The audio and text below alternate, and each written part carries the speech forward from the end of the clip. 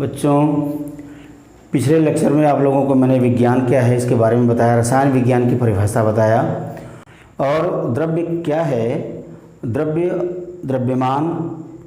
द्रव्यमान और ऊर्जा, भार, इसके बारे में आप लोगों को जानकारी मिली। आज हम लोग पढ़ेंगे द्रव्य की भौतिक अवस्थाएं। बच्चों, द्रव्य की 3 भौतिक अवस्थाएं होती हैं, सॉलिड, लिक्विड और गैस, ठोस, द्रव और गैस। ठोस कैसे हैं? आपके आसपास दिखाई दे रहे हैं। ठोस कौन होते हैं? जैसे लकड़ी है, पत्थर का टुकड़ा है, बर्फ़ है, जिनका आयतन और आकार दोनों निश्चित होता है। द्रव्य की अवस्था जिसमें पदार्थ का आकार और आयतन दोनों निश्चित होता है, उसको हम ठोस कहते हैं। द्रव क्या है? आकार अनिश्चित होता है, जिस बर्तन में रखेंगे उसी का आकार ग्रहण कर लेते हैं, लेकिन आयतन निश्चित होता है। जैसे 1 गिलास पानी, उसका आयतन कितना है? 250 ml है। ठीक है, 250 ml जल को हम अगर गिलास में रखेंगे तो गिलास का आकार ग्रहण कर लेगा। यदि हम उसको किसी चौकोर बर्तन में रखेंगे तो चौकोर बर्तन का आकार ग्रहण कर लेगा। इसलिए द्रव वह अवस्था है जिसमें आकार अनिश्चित लेकिन आयतन निश्चित होता है। आते हैं गैस पर, गैसियस स्टेट। इसमें आकार और आयतन दोनों अनिश्चित होता है, न तो आकार ही निश्चित है और न ही आयतन निश्चित है। ऐसा क्यों होता है? जब हम द्रव्य का गतिज आणविक सिद्धांत पढ़ेंगे तो ये ज्ञात करेंगे कि जो ठोस होते हैं उनके कण, जो अणु होते हैं, मॉलिक्यूल, वो आपस में चिपके होते हैं, उनके बीच अंतरा आणविक स्थान नहीं होता है। यही कारण है कि उनका आकार और आयतन दोनों निश्चित होता है। जबकि द्रव में क्या होता है? अणुओं के बीच में रिक्त स्थान पाया जाता है, जिसे अंतरा आणविक स्थान कहते हैं।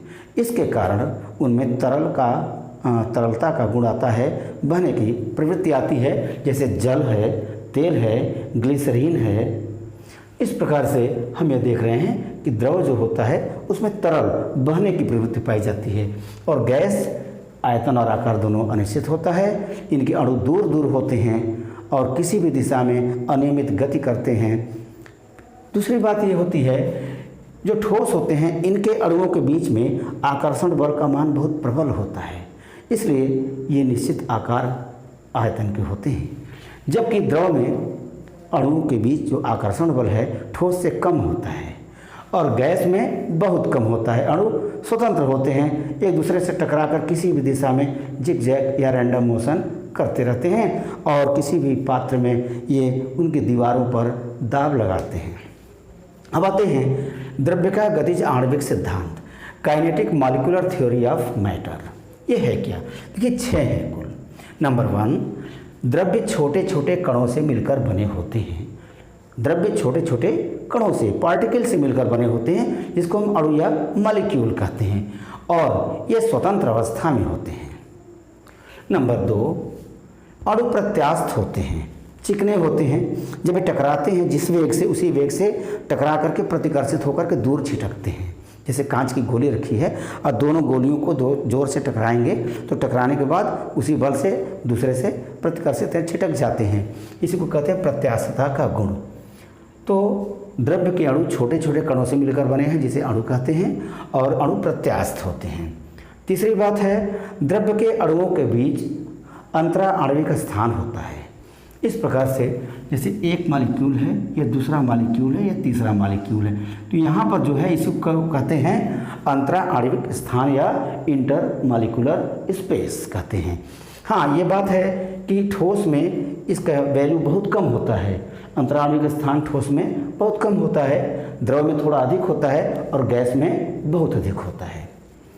चौथी बात है, द्रव्य में जो अणु पाए जाते हैं उनके बीच आकर्षण या प्रतिकर्षण बल कार्य करता है। आकर्षण बल को कहते हैं हम संसंजन बल। संसंजन बल किसे कहते हैं? समान अणुओं के बीच लगने वाले आकर्षण बल को हम संसंजन बल कहते हैं। जैसे जल में H2O अणु जो होते हैं जल के एक दूसरे के साथ चिपके होते हैं, किस बल के कारण? संसंजन बल के कारण। 5वीं बात है, द्रव्य के अणुओं में गतिज ऊर्जा होती है। हाँ, ठोस में गतिज ऊर्जा का मान सबसे कम होता है। ये स्पेस न होने से अंतरा आणविक स्थान न होने से, इंटरमॉलिक्यूलर स्पेस न होने से ये गतिज ऊर्जा इनकी कम होती है, गति नहीं कर सकते हैं, अपने स्थान पर कंपन करते हैं। लेकिन द्रव के अणुओं की गतिज ऊर्जा कुछ अधिक होती है, जबकि गैस की बहुत अधिक होती है। ये किसी भी दिशा में गतिज ऊर्जा के कारण भ्रमण करते रहते हैं, घूमते रहते हैं। छठी बात है, ताप बढ़ाने से गतिज ऊर्जा का मान बढ़ता है। देखिए, गर्मी के दिनों में टायर कम हवा होने पर भी क्या होते हैं, वो भ्रष्ट हो जाते हैं ज़्यादा गर्मी बढ़ने पर। क्यों ऐसा होता है कि जब ताप बढ़ेगा तो अणुओं की गतिज ऊर्जा बढ़ जाती है, और जब गतिज ऊर्जा बढ़ जाती है तो दीवारों पर दाब लगाते हैं, और दाब इतना अधिक लगने लगता है तो कमज़ोर टायर होने पर फट जाते हैं। ठोस में आ जाइए, गर्मी के दिन में बिजली के तार जो होते हैं वो लटक जाते हैं, ढीले पड़ जाते हैं। क्यों? साइकिल के चेन ढीले पड़ जाते हैं गर्मी में और तेज़ी से उतरने लगते हैं। इसका कारण क्या है? उनके अणुओं के मध्य जो है अंतराणु का स्थान बढ़ जाता है, उनकी गतिज ऊर्जा बढ़ जाती है, जिससे इनका आयतन आकार बढ़ जाता है।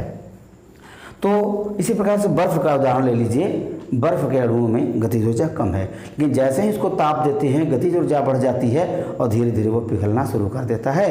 और जल का अवस्था परिवर्तन देखेंगे तो ये ठोस, द्रव और गैस तीनों अवस्थाओं में रहता है। तो इस प्रकार से आपको मालूम हो गया द्रव्य का गतिज आणविक सिद्धांत, kinetic molecular theory of matter. इतनी बात जानने के अब हम समझेंगे द्रव्य की अवस्था परिवर्तन। देखिए, द्रव्य की अवस्था परिवर्तन है, कभी वह ठोस अवस्था में, तो कभी द्रव अवस्था में, और कभी गैस अवस्था में होता है। तो कौन से कारक ऐसे हैं, कौन से बाहरी ऐसे कारक हैं जिनके परिवर्तन करने पर इनकी अवस्था भी बदल जाती है? तो उनमें देखिए, नंबर 1 है द्रव्य की अवस्था परिवर्तन।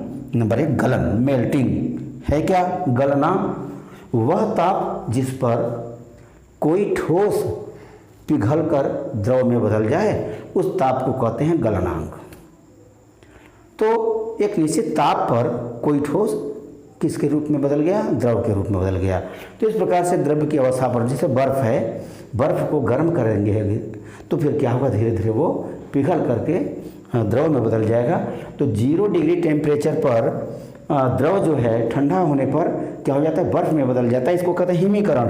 तो हिमीकरण और गलन की वैल्यू लगभग 1 होती है।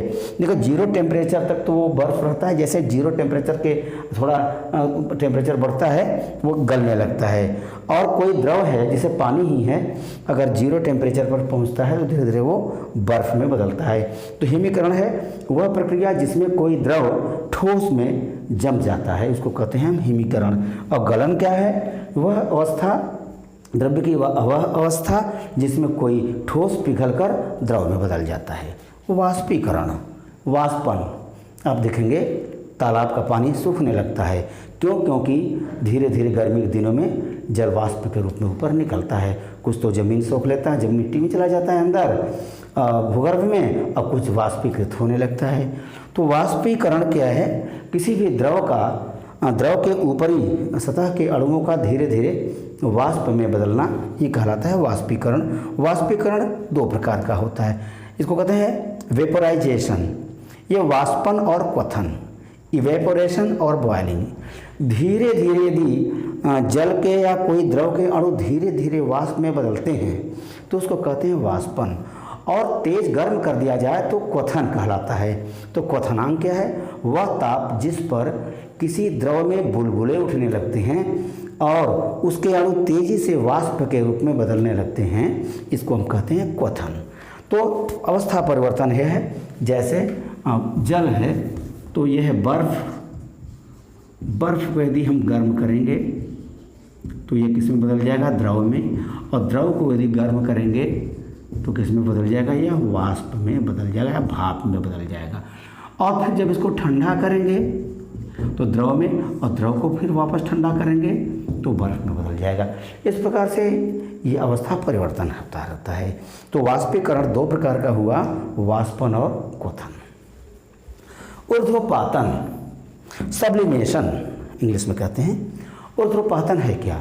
अभी आपको मैंने ऊपर बताया कि जब किसी ठोस पदार्थ को हम गर्म करते हैं तो वह द्रव में बदलता है, और द्रव को जब गर्म करते हैं तो वह वाष्प में बदलता है।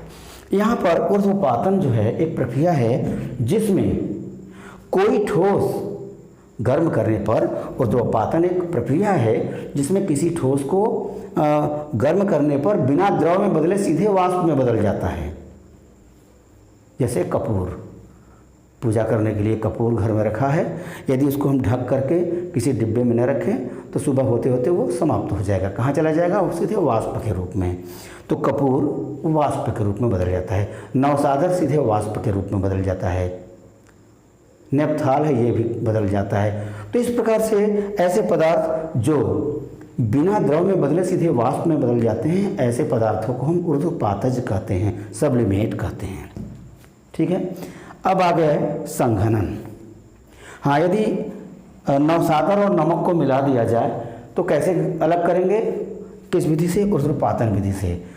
उसमें क्या करेंगे? एक फ्लास्क में, एक बर्तन में रखेंगे नवसागर और नमक का मिश्रण, उसके ऊपर कीप लगा देंगे, धीरे धीरे गर्म करेंगे, ऊपर एक रुई लगा देंगे, थोड़ा ठंडा रहेगा, और जैसे ही गर्म करेंगे नमक को छोड़कर नवसागर के अणु ऊपर जाएंगे और जा कर के ठंडा होकर के कीप के दीवारों पर जम जाते हैं। इस प्रकार से नवसागर नमक से अलग हो जाता है। ठीक है। अब आगे आते हैं हम, संघनन क्या है। हाँ, आयोडीन का भी ऊर्ध्वपातन हो जाता है, सीधे वाष्प में बदल जाता है। हाँ, संघनन क्या है? किसी द्रव के वाष्प को ठंडा करके फिर से द्रव में बदलने की क्रिया को कहते हैं संघनन। जैसे संघनन की क्रिया घर में किचन में देख सकते हैं, पानी उबल रहा हो, ऊपर कोई ढक्कन लगाते हैं तो पानी से निकला हुआ वाष्प जाता है ढक्कन पर ठंडा होता है, जब उसको उठाते हैं तो टपकने लगता है द्रव के रूप में। तो किसी गैस का ठंडा होकर के पुनः द्रव में बदलना कहलाता है संघनन। तो इस प्रकार से आपका जो फर्स्ट लेसन है हमारे आसपास के पदार्थ, ये कंप्लीट होता है।